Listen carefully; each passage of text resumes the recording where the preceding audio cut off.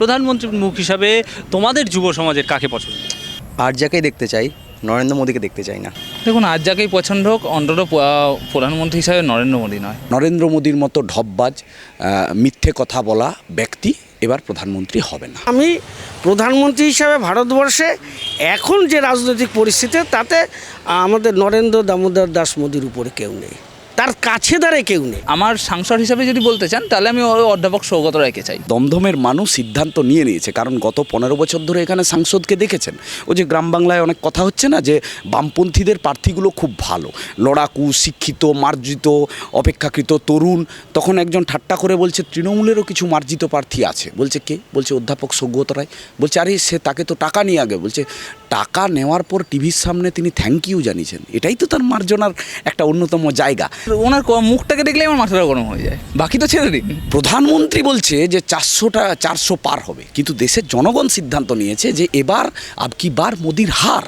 নমস্কার, আপনারা দেখছেন হাউ দ্য ইন্ডিপেন্ডেন্ট মিডিয়া, সঙ্গে আমি সুমিত। এই মুহূর্তে রয়েছি দমদম লোকসভা কেন্দ্রে। দমদম লোকসভা কেন্দ্রে কিন্তু শুধু দমদমে নয়, সমস্ত জায়গায় রাজনৈতিক প্রচার একেবারে বন্ধ হয়ে গেছে। নেই কোনো স্লোগান, নেই কোনো র্যালি, নেই কোনো একেবারে রাজনৈতিক সেই তাসা পিটানো অবস্থা, একেবারে প্রচার কিন্তু বন্ধ। সেই মুহূর্তে আমরা মানুষের মন বুঝতে দমদম লোকসভা কেন্দ্রে চলে এসেছি। ঠিক দমদম লোকসভার মানুষ ঠিক কী ভাবছে, আগামী ভোট, সাংসদ ভোট, এই সাংসদ ভোটে সাংসদ হিসাবে এই দমদম থেকে মানুষ ঠিক কাকে চাইছে, এবং শুধু সাংসদ নির্বাচন করেই নয়, প্রধানমন্ত্রী হিসাবে ঠিক মানুষ কাকে বেছে নিচ্ছে সারা ভারতের নির্বাচনে। প্রধানমন্ত্রী হিসাবে, মুখ হিসাবে কাকে মানুষ দেখতে চাইছে তা সরজমিনে খতিয়ে দেখতে আমরা চলে এসেছি রয়েছি দমদম লোকসভা কেন্দ্রে। সাংসদ ভোট চলে এসছে, একেবারেই সাংসদ ভোট আমাদের সামনে এসে পৌঁছেছে। সাংসদ মানে প্রধানমন্ত্রী নির্বাচন হবে, দেশের, গোটা দেশের ভবিষ্যৎ একেবারে নির্ধারণ হবে। সেই জায়গায় আপনি একেবারে কাকে দেখতে চাইছেন প্রধানমন্ত্রী হিসাবে ঠিক এবার 2024-এ? প্রধানমন্ত্রী হিসেবে কাকে দেখতে চাইছি স্পেসিফিক এটা যেটা বলার, সেটা হচ্ছে গোটা ভারতবর্ষে একদিকে নরেন্দ্র মোদী, উল্টো দিকে 1,40,00,000 মানুষ। এবার নরেন্দ্র মোদী গতবার 34 জনের ভোট 100 জনের মধ্যে পেয়েছিল, তার অপোজিটে ছিল 66 জন। এবার 66 জনের মধ্যে 58-59 জন মানুষের ভোটের রাজনৈতিক দল সম্মিলিতভাবে ঐক্যবদ্ধ হয়েছে।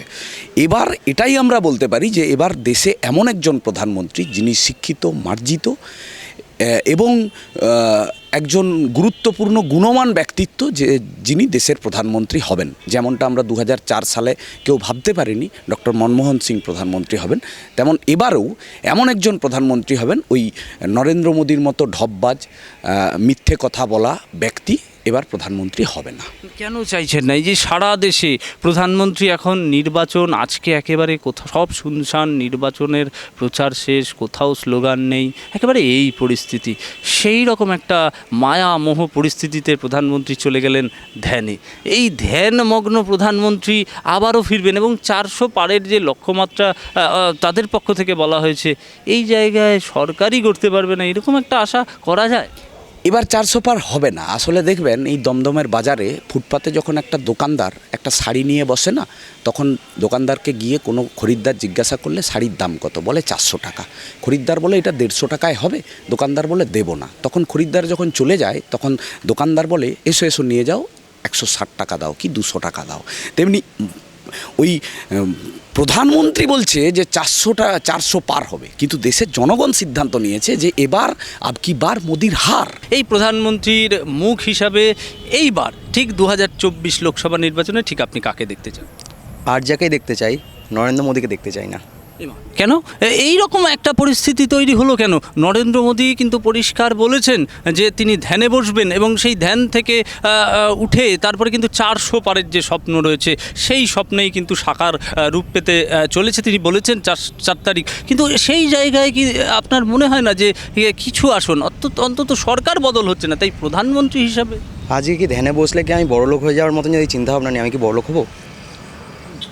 তো সেক্ষেত্রে উনি ধ্যানে বসেছে, সেটা ওনার পার্সোনাল ম্যাটার, সেটা নিয়ে আমার কোনো বক্তব্য নেই।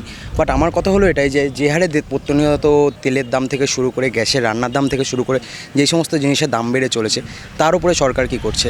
তার উপরে উল্টে ট্যাক্স বসিয়ে যাচ্ছে, মরছে সাধারণ মানুষ। উনি বাঁচাচ্ছে বড় লোকদের, বিজনেসম্যানদের, কিন্তু মারছে আমাদের মতন গরিবকেই। কিন্তু এই গরিবের ভোটে কিন্তু ওনারা জেতে। একদমই তাই। প্রধানমন্ত্রীর আমি আরেকটা বলছি, প্রধানমন্ত্রীর মুখ নরেন্দ্র মোদীকে বাদ দিলে আর কার ছবি ভেসে আসে সারা ভারতে? তো আর দ্বিতীয় বিকল্প কি হতে পারে? দেখুন, আর যাই হোক মোদি হবে না, এটা চাই না। আর যাই হোক, সম্ভাবনা কত? সম্ভাবনা অনেককেই হতে পারে, বাট মোদি নয়। একদমই তাই। দমদম লোকসভা নির্বাচনে একেবারে দমদম লোকসভার প্রচার শেষ হয়ে গিয়েছে। এত দীর্ঘ প্রচার, আপনাদের বাড়ির পাশ থেকে কখনো প্রচার গেছে, কখনো র্যালি গেছে, কখনো বাইক র্যালি গেছে, সেটা হয়েছে। কি বোঝা যাচ্ছে দমদমের হাওয়া ঠিক কি বুঝতে পারছেন? দেখুন, আমি এই বিষয়ে আপনাকে একটা কথা বলতে চাই।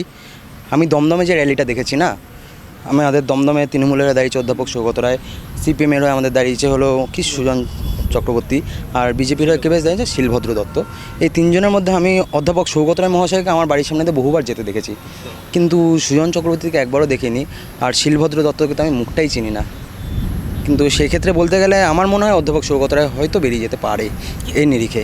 একদমই তাই। তার বয়স হয়েছে বলে একটা গুঞ্জন লোকসভায় শোনা যায়, সেই বয়সটা কি পার্থক্য করে দেবে এই নির্বাচনে? দেখুন, বয়সটা ডাজ নট ম্যাটার। যদি বয়সের দিকে দেখতে গেলে অনেক বয়স্ক লোকেরা অনেক কিছু সাকসেস পায়, আবার অনেক ইয়ং ছেলেরাও কিন্তু সেই সাকসেসটা পেতে পারে না। সেই দিক দিয়ে দেখতে গেলে কিন্তু ব্যাপারটা কিন্তু টোটালি আলাদা। হয়তো বয়সের ক্ষেত্রে ওনার হয়তো বয়সের অ্যাডভান্টেজ উনি পেতেও পারে, নাও পেতে পারে, কিন্তু ব্যাপারটা হলো এটাই, আমি সৌগত রায়কে প্রচার করতে দেখেছি, এই বয়স নিয়েও উনি প্রচার করেছে, কিন্তু শিলভদ্র দত্তকে আমি প্রচার করতে দেখিনি। আমি শিলভদ্র দত্তের বাড়িটাও ঠিক যাই না, কোথায় হতে পারে একটু বলুন আপনি? না না, একেবারেই উনি সোদপুরের নিবাসী। আচ্ছা, উনি সোদপুরের নিবাসী হলো, বেলঘরে ওনার বাড়ি থেকে খুব একটা বেশি দূরে নয়, উনি বেলঘরে আসতেই পারতেন, বাট উনি প্রচারে আসেননি। আর সুজন চক্রবর্তী তোকে দেখিইনি। দেখুন, আর যাকেই পছন্দ হোক, অন্তত প্রধানমন্ত্রী হিসাবে নরেন্দ্র মোদী নয়। কেন? একদমই তাই। আপনি দেখতে পাবেন নরেন্দ্র মোদী কেন নয় বলছে। আমি যে যেখানে যেভাবে এসছি, সেটা হচ্ছে একটা বাইকে করে এসছি। সে বাইকে আমাকে পেট্রোলটা ভরতে হয়, যে পেট্রোলটা আজ থেকে 2 বছর আগে আপনি যান যে দামটা ছিল, এখন কিন্তু সেই দামটা নেই, তার থেকে অনেক বেশি। আমি যখন বাড়িতে যাই তখন আমার যে খাবারটা খেতে হয় ওটাকে একটা গ্যাসে হয়, সেই গ্যাসেও আমার যে দামটা এখন দিতে হয় সেই দামটা কিন্তু আমাকে 2 বছর আগে দিতে হতো না। এটা কিন্তু ইদানিং বেড়ে গেছে এবং কন্টিনিউয়াস বাড়াটা কিন্তু ধাপে ধাপে শুধু বেড়েছে। কখনো এমন হলো না যে 100 বাড়লো, 50 কমলো বা আরও কমলো, কমার দিয়ে কিন্তু কোনোদিনই যায়নি। এবং এটা প্রত্যেকটা জিনিসের, আপনি যদি বাজারে যাবেন, বাজারে প্রত্যেকটা জিনিসে আগুন এখন। তাহলে আমি সেই শুধু খাবার দাবার এই সমস্ত দিক দিয়ে আপনি ছেড়ে দিন, বাকি আর কোন উন্নয়নটা পশ্চিমবঙ্গ সরকার পেয়েছে বা পশ্চিমবঙ্গে আমরা সাধারণ মানুষ পেয়েছি?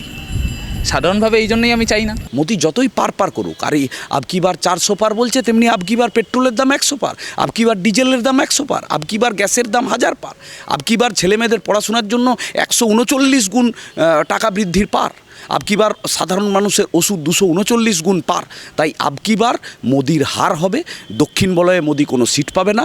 উত্তরপ্রদেশ সমাজবাদী পার্টি কংগ্রেস স্মুথলি জোট, বিহারে মহাগঠবন্ধন, রাজস্থানে স্মুথলি জোট, গোটা ভারতবর্ষে দাঁড়িয়ে মোদির বিরুদ্ধে 58-59% মানুষ ঐক্যবদ্ধভাবে এবার মোদির বিদায় চাইছেন। একদমই তাই। দমদম লোকসভা কেন্দ্রের মধ্যেই আমরা রয়েছি। দমদম লোকসভায় বিজেপি প্রার্থী দিয়েছে, সিপিএম প্রার্থী দিয়েছে, তৃণমূলও প্রার্থী, তৃণমূলের প্রবীণ প্রার্থী, এবং দুজনই সিপিএমের প্রার্থী যিনি আছেন তার থেকে বয়সে বড়। এই মুহূর্তে দমদমের আবহাওয়া ঠিক কী? এই মুহূর্তে আপনি কি বুঝতে পারছেন? আমি দমদমে এসে যেটা বুঝতে পারছি যে শুধু দমদমের মানুষ বলছে সুজন চক্রবর্তী জিতছেন, সুজন চক্রবর্তী শিওর তা না। মুখ্যমন্ত্রী গত কয়েকদিন আগে বলে গেছেন যে বিজেপির ভোট সিপিএমে চলে যাচ্ছে। পরিকল্পিতভাবেই এটা মুখ্যমন্ত্রী বলেছেন হাওয়া বুঝে, যে দমদমের মানুষ সিদ্ধান্ত নিয়ে নিয়েছে। কারণ গত 15 বছর ধরে এখানে সাংসদকে দেখেছেন, ও যে গ্রাম বাংলায় অনেক কথা হচ্ছে না যে বামপন্থীদের প্রার্থীগুলো খুব ভালো, লড়াকু, শিক্ষিত, মার্জিত, অপেক্ষাকৃত তরুণ। তখন একজন ঠাট্টা করে বলছে তৃণমূলেরও কিছু মার্জিত প্রার্থী আছে। বলছে কে? বলছে অধ্যাপক সৌগত রায়। বলছে আরে সে তাকে তো টাকা নিয়ে আগে। বলছে টাকা নেওয়ার পর টিভির সামনে তিনি থ্যাংক ইউ জানিয়েছেন, এটাই তো তার মার্জনার একটা অন্যতম জায়গা। তো সেই জায়গায় দাঁড়িয়ে এই 75, 76, 77 বছর বয়সে উনাকে আজকে ওই একটা বাস নিয়ে খুঁজোতে হচ্ছে, কোথাও গাড়িতে ল্যাম্পপোস্ট পড়ে গেছে সেটা সরাতে হচ্ছে, এই যে ফটো শ্যুট করা, এই যে হঠাৎ বয়স্ক অবস্থায় তিনি সুইমিং পুলে, সে যা করছে। কিন্তু আজকে দাঁড়িয়ে দমদমের মানুষের জীবনযাত্রা, দমদমের মানুষের উন্নয়নের জন্য গত 15 বছর ধরে উনার যা প্রতিশ্রুতি প্রতিশ্রুতি উনি পালন করেননি। যেটা করেছেন, ঘুষ নিয়েছেন টিভির পর্দায়, আর পৌরসভা থেকে শুরু করে সমস্ত জায়গায় কারি কারি টাকা, কোটি কোটি টাকা, অবৈধ নির্মাণ থেকে শুরু করে সিন্ডিকেট থেকে শুরু করে সব জায়গায় তৃণমূলের নেতাদের কোটি কোটি টাকা লুঠের একটা মৃগয়া ক্ষেত্র বানানোর পথকে উনি প্রশস্ত করেছেন সাংসদ হিসাবে। আর বিজেপির সাংসদ, তার তো কোনো এখানে চিহ্নই নেই। আমি এবার প্রথম লোকসভা ভোটে ভোট দেব, তো সেক্ষেত্রে আমি যে ভোটটা দেবো সেই ভোটটা আমি দেখে দেবো যে আমার উপকার কী হয়েছে, 5 বছর আগের উপকারটা কী করেছে। 5 বছর আগে যেই সমস্ত মিথ্যে কথা বলা হয়েছে, সেই মিথ্যে কথাগুলো বলার পরে দিনের পর দিন বাংলার মানুষ কিন্তু এটাতে অনেকটা পিছিয়ে পড়েছে এবং দেশের মানুষও পিছিয়ে পড়েছে ওনার পক্ষে, ওনার দিক থেকে। তো সেক্ষেত্রে আমাদের রাজ্যের দিকে দেখতে গেলে রাজ্যে অনেক কিছুই হয়েছে, কি হয়নি বলুন, অনেক কিছুই হয়েছে। আমি দেখেছি যুব সমাজ, তো যেটা বলার যে আমাদের যুবশ্রী প্রকল্প থেকে শুরু করে অনেক কিছু প্রকল্প যেগুলো আছে, সেই প্রকল্পগুলো থেকে শুরু করে অনেক কিছুই আছে। তাও সেখান থেকে আমি নিজে যুবশ্রীর টাকা পেয়েছি। তো সেক্ষেত্রে বেকার যুবকরা তো পেয়েছে, এমন তো নয় পায়নি, কিন্তু কেন্দ্র থেকে যেই বঞ্চনাগুলো আমাদের করা হয়েছে বাংলাকে, সেই বঞ্চনাটা ঠিক হয়নি। আমি আপনাকে এতটুকু সুনিশ্চয়তার সাথে বলতে পারি যে আমার মনে হয় দমদমে প্রত্যাবর্তনটাই হচ্ছে, অধ্যাপক সৌগতরাই জিতছে। আমার মনে হয় কোথাও গিয়ে হয়তো মার্জিন নিয়ে একটা বিষয় থাকতে পারে, যে মার্জিন কতটা বাড়বে, কতটা কী হবে, কিন্তু আমার মনে হয় প্রত্যাবর্তনই হবে। পরিবর্তন বা বদলের কোনো জায়গা আমি অন্তত এইবার দেখতে পাচ্ছি না। এই যে সাধারণ মানুষ অভিযোগ করছে সৌগত রায়ের বিরুদ্ধে, ব্যক্তিগত অভিযোগগুলি রয়েছে, তারপরেও মানুষ ভরসা করবে কেন? ব্যক্তিগত কোন অভিযোগটার কথা বলছে? মানে তার বিরুদ্ধে আসা সেই অভিযোগটা কি যে নির্বাচনী তহবিলে কোনো টাকা যদি কেউ দিয়ে থাকে সেটা সে গ্রহণ করেছে? সেটা আমি বলছি। প্রথম কথা, আমি যতদূর জানি এবং একজন আইনের ছাত্র হিসেবে আমি যেটা বলতে পারি, যে কোনো অভিযোগ যদি কারোর ওপর আসে তাহলে সে অভিযুক্ত, সে অপরাধী নয়। অপরাধটা যতক্ষণ না প্রমাণ হবে সে অপরাধী নয়। তাই স্বাভাবিকভাবে যে অভিযোগগুলো আসছে বা যে যা বলছে, বিরোধীরা তো বিরোধীদের বা যাদের যে বক্তব্য কথায় এক পক্ষ আরেক পক্ষকে বলবেই, কিন্তু আমরা যারা সাধারণ মানুষ সাধারণভাবে যেভাবে দেখি, তাতে আমার মনে হয় যে একজন মানুষ, তার উপর অভিযোগ উঠেছে, সেটি এখন কোর্টে বিচারাধীন বিষয়, সেটা যখন সেখানে প্রমাণ হবে তখন সেটা বলা হবে। রাস্তাঘাটে কান পাতলে আপনারাও শুনতে পাবেন যে বিষয়টা পরিবর্তনের দিকেই আছে, আর পরিবর্তনটা পজিটিভ।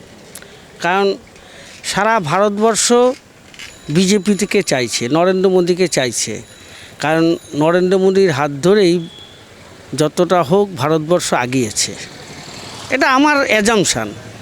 আর সেখানে দাঁড়িয়ে আজকে ভারতবর্ষের বাইরে তো আর দমদম নয়, তা বাইরে সেই হিসাবে দমদমের বাসিন্দারাও চাইছে নরেন্দ্র মোদীর হাতকে যদি শক্ত করতে হয়, তাহলে এখানে শিলভদ্রতাকেই সবাই চাইছে, মোটামুটি সবাই চাইছে। এখানে হ্যাঁ, সুজনবাবু দাঁড়িয়েছে, তারপরে আমাদের 3 বারের সংসদ সৌগতবাবু দাঁড়িয়েছে, কিন্তু সেখানে শিলভদ্র দত্তের ইমেজটা একটু আলাদা। একেবারেই তাই। শিলভদ্র দত্তর ইমেজ যেরকম আলাদা, সেরকম আরও একটা দিক রয়েছে। কোনো দিন দমদমে সিপিআইএম কেন্দ্রীয় কমিটির সদস্য দেয়নি, এবার কিন্তু একেবারে জোর কদমে লড়াইটা কি মনে হচ্ছে? হাড্ডাহাড্ডি লড়াই তো। এটা একটা গোটাপ গেম আমার মতে আর কি। আমি যতদূর ঘুরি ঠুরি, আমার তো একটা ব্যবসা আছে, ব্যবসার স্বার্থে আমি ঘুরি অনেক জায়গায়, যে এখানে সুজনবাবুকে উড়িয়ে আনা, এটা যেমন সিপিএমের থেকে আমার মনে হয় তৃণমূলের হাতটাই বেশি আছে এখানে। কারণ আপনারা যদি ঘোরেন, তো আপনারা চারদিকে যান, দেখবেন যে সুজনবাবুর পোস্টার আর সৌগতবাবুর পোস্টার কাছাকাছি।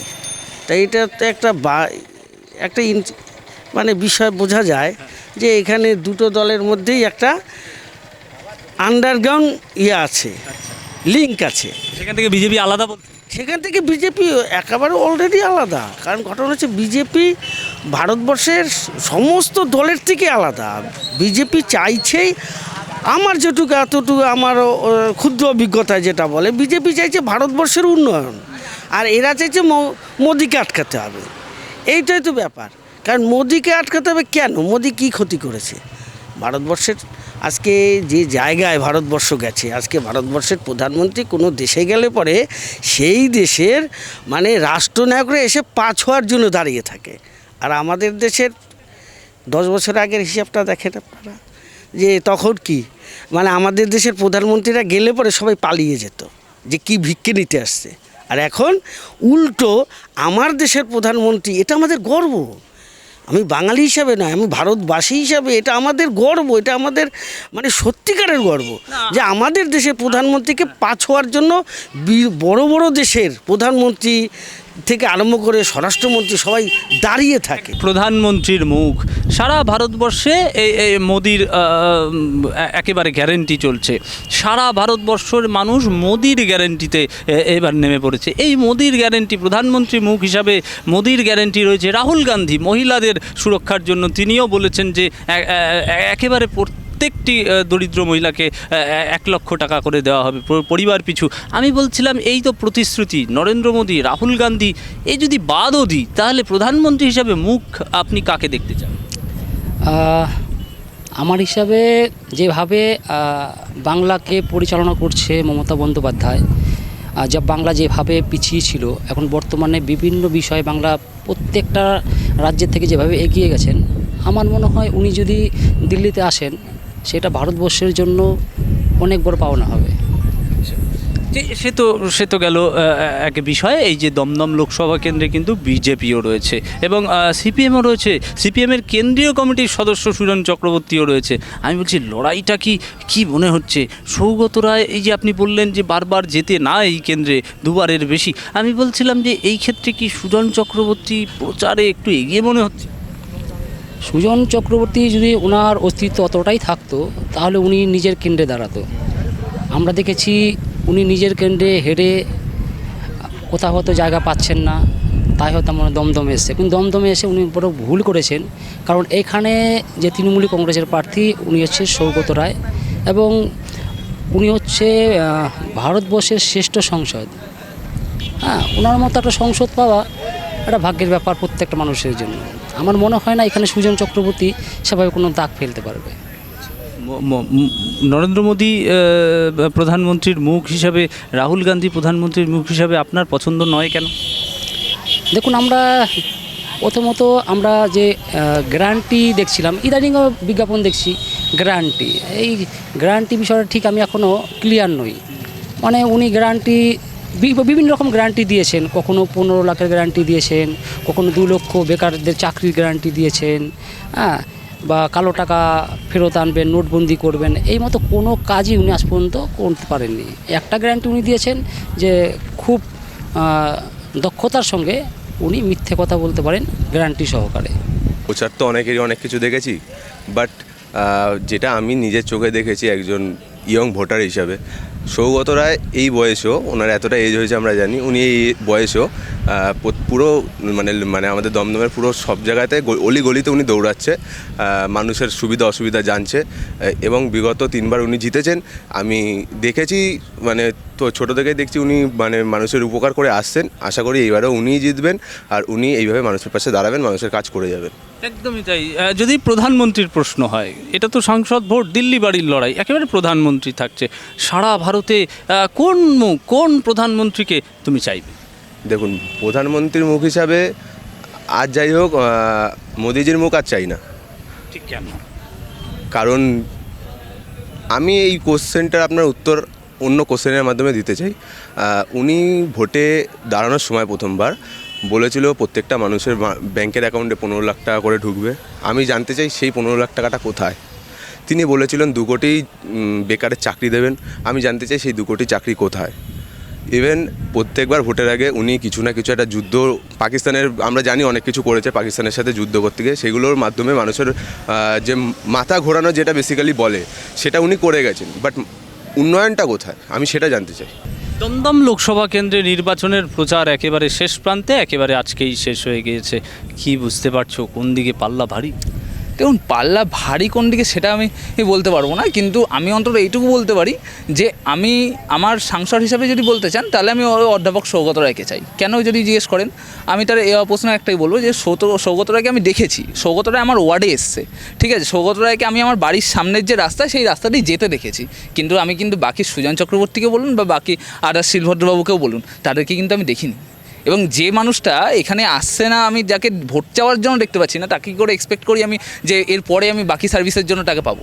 না, সে তো অন্য প্রসঙ্গ। সে প্রসঙ্গ একটা যদি উদাহরণ হিসাবে দেখি, নরেন্দ্র মোদীকে রাজ্যের কেউ দেখেনি বাড়ির পাশ থেকে যেতে, তা বলে তাকে সারা ভারতবর্ষের মানুষ ভোট দিয়েছে। এই অর্থে কি মানে দেখা গেলেই, না দেখা গেলেও তো ভোট দেওয়া? দেখুন, না দেখা গেলে ভোট দেওয়া যেতে পারে, কিন্তু নরেন্দ্র মোদী ডাইরেক্ট এসে তো আপনার বাড়ির সামনের যে বড় প্রজেক্টটা সেটা তো করবেন না। ঠিক আছে, সেটা তো এখানেই আপনাকে সাংসদকে করতে হবে। আমার সাংসদ যদি ভালো না হয়, আমার সংসদ যদি আমার লোকসভার মধ্যে না চেনে, লোকসভায় কোথায় জল হবে সেটা যদি না জানে, কোথায় রাস্তা উন্নত হবে সেটা যদি না জানে, তাহলে কি করে উনি সাংসদ হলো? উনি কি করে আমার এইখানে সমস্যাটা দিল্লিতে গিয়ে বলবে পার্লামেন্টে? বিজেপির বিরুদ্ধে অভিযোগ নেই, কিন্তু মানুষ কাকে ভোট দেবে? যখন ভারতবর্ষে কংগ্রেসকে ভাঙছে আরএসএস পরিকল্পিতভাবে, দুটো টিএমসি পার্টি গঠন হয়েছিল। একটা ছিল তামিল মানিলা কংগ্রেস, একটা ছিল তৃণমূল কংগ্রেস। এই তৃণমূল কংগ্রেসের জন্মলগ্নে শিলভদ্র দত্তরা ছিল। শিলভদ্র দত্ত কোন পার্টি? একবার তৃণমূলে গেল, আবার বিজেপিতে এলো, আবার বিজেপিতে গেল, আবার তৃণমূলে এলো। তো মানুষ এই দলবদলু নেতাদেরকে বিশ্বাস করবে? বিজেপি কে তৃণমূল, কে কখন বিজেপি? এই যে 42 জনের 6 জন তৃণমূলের, আবার 42 জনের 5 জন বিজেপি, যারা তৃণমূলের ক্যান্ডিডেট হয়েছে। তাই মানুষ তৃণমূলকে ভোট দিলেও বিজেপিতে যেতে পারে, বিজেপিকে ভোট দিলেও। এই যে শিলভদ্র দত্ত, তিনি ভোট দেওয়ার পর তিনি যদি বাই চান্স, কথায় ধরলাম তিনি জিতলো, তারপরে যে তিনি তৃণমূলে যাবেন না, এই গ্যারান্টি কে দেবে? মুকুল রায় কোথায়? অর্জুন সিং কত সেকেন্ডে দলবদল করছে। স্বাভাবিকভাবেই এই দলবদল নেতাদের মানুষ কখনো পছন্দ করবে না। একদিকে 15 বছরের ব্যর্থ সাংসদ, একদিকে 15 বছর পরে বেলেল্লাপনা করা আজকের এই বয়স্ক অধ্যাপক সাংসদ, তিনি ঘুষ নিয়েছেন, কোটি কোটি টাকা তৃণমূলের নেতাদের পকেট ভরেছেন। আর অপরদিকে এই দলবদলু ব্যক্তি, মানুষ ভোট দেবে না। দমদমের মানুষ সুজন হিসাবে সুজন চক্রবর্তী, ডক্টর সুজন চক্রবর্তী, যার লড়াই বামপন্থীদের জন্মলগ্ন থেকে, ছাত্র আন্দোলন থেকে মানুষের জন্য লড়াই এবং জনজীবনের মানুষের সমস্যা, সংসদে তিনি এর আগেও সাংসদ ছিলেন যাদবপুর থেকে। তাই স্বাভাবিকভাবেই দমদমের মানুষের কথা দিল্লির দরবারে পৌঁছানোর জন্য প্রকৃত মানুষ ডক্টর সুজন চক্রবর্তী। কেন ভোট দেবে? আমি শুধু একটু একেবারে সাধারণ মানুষ, তার দৃষ্টিভঙ্গি থেকে আপনাকে জিজ্ঞাসা করছি। 34 বছর সরকার চলেছে, তারপরেও সুজন চক্রবর্তীকে ভরসা কেন করবে মানুষ? ঠিক 34 বছর তো সময় পেয়েছিলেন তারা, বাকিরা পায়নি। এই এলাকা মূলত উদ্বাস্তু এলাকা। 34 বছরে বামফ্রন্ট কি দিয়েছে? যদি দমদমের মানুষকে জিজ্ঞাসা করা হয় কি দিয়েছে, ভূমি সংস্কার, যার ফলে এই এলাকায় অনেক মানুষ জমি পেয়েছে। তারপরে এই এলাকার যে সার্বিক উন্নয়ন, তা যা কিছু হয়েছে সব বামপন্থীদের আমলে। নূতন করে এই এলাকায় কিচ্ছু উন্নয়ন হয়নি, এটা একটা দিক। দ্বিতীয় কথা হচ্ছে আজকের যে গোটা দেশের, গোটা রাজ্যের, এদিকে রাজ্যে লুট চলছে, একদম পায়ের নখ থেকে মাথার চুল পর্যন্ত তৃণমূলের নেতারা লুট করছে, দিনে দুপুরে লুট করছে। তৃণমূল চোর সমার্থক শব্দ, যে যত বড় তৃণমূল নেতা সে তত বড় চোর। আর ওইদিকে 2017 সালে অরুণ জেটলি মন্ত্রী আইন সিদ্ধভাবে ইলেকট্রাল বন্ডের নামে টাকা নেওয়া, ওই জন্য সুপ্রিম কোর্টের প্রধান বিচারপতি চন্দ্রচূড় সাহেব বলছেন যে one and only party CPIM, যে একটা টাকাও ইলেকট্রাল বন্ডে নেয়নি, উল্টে মামলা করে দেশের জনগণের কাছে খোলসা করেছে যে কারা কত টাকা নিয়েছে। আজকে ইলেকট্রাল বন্ডের নামে টাকা নেওয়ার ফল এই এলাকার মানুষের প্রভাব পড়ছে না? আজকে কালোবাজারি ওষুধের দাম লাফিয়ে বাড়া, গোটা ভারতবর্ষে আজকে জাল ওষুধ। আজকে একটা সুস্থ স্বাভাবিক মানুষ, তার কিডনি এফেক্ট হচ্ছে, লাংস এফেক্ট হচ্ছে, এই যে ওষুধ, জাল ওষুধ এবং ওষুধের যে দাম বৃদ্ধি। একটা বাড়ি নেই যেখানে গ্যাস, কোলেস্টেরল, সুগার, প্রেশার নেই, মানুষকে ওষুধ খেতে হচ্ছে। 545 কোটি টাকা ইলেকট্রাল বন্ডের নামে বিজেপি ওষুধ কোম্পানির কাছ থেকে দিয়েছে। অপরদিকে তৃণমূল ইলেকট্রাল বন্ডের নামে ওই সঞ্জীব গোয়েঙ্কার কাছ থেকে টাকা নেওয়া। আজকে বিদ্যুতের বিল লাফিয়ে বাড়ছে। একটা সাধারণ মানুষ অটো চালায়, টোটো চালায়, দুপুরবেলায় বাড়িতে গিয়ে ফ্যানের সুইচ দিয়ে গা এলিয়ে যখন ঘুমোবে, তখন তার মাথায় চিন্তা যে বিদ্যুৎ বিল বাড়ছে লাফিয়ে। সেই জায়গায় দাঁড়িয়ে এই যে চরম সংকট, শিক্ষায় সংকট, স্বাস্থ্যে সংকট, কর্মসংস্থানের সংকট, কৃষিতে সংকট, শ্রমিকদের উপর যে অত্যাচার, যে গোটা জনজীবনে যে অত্যাচার, তার বিরুদ্ধে দাঁড়িয়ে অন্ন, বস্ত্র, বাসস্থান, শিক্ষা, স্বাস্থ্য, কর্মসংস্থানের দাবি বামপন্থীদের লড়াই। আমি একটা অন্য জিনিস বলছি। প্রবীণ মানুষ আপনি অনেকটা দেখেছেন, সিপিএমের আমল দেখেছেন, কংগ্রেসের আমল, তারপরে তৃণমূলের আমল চলছে।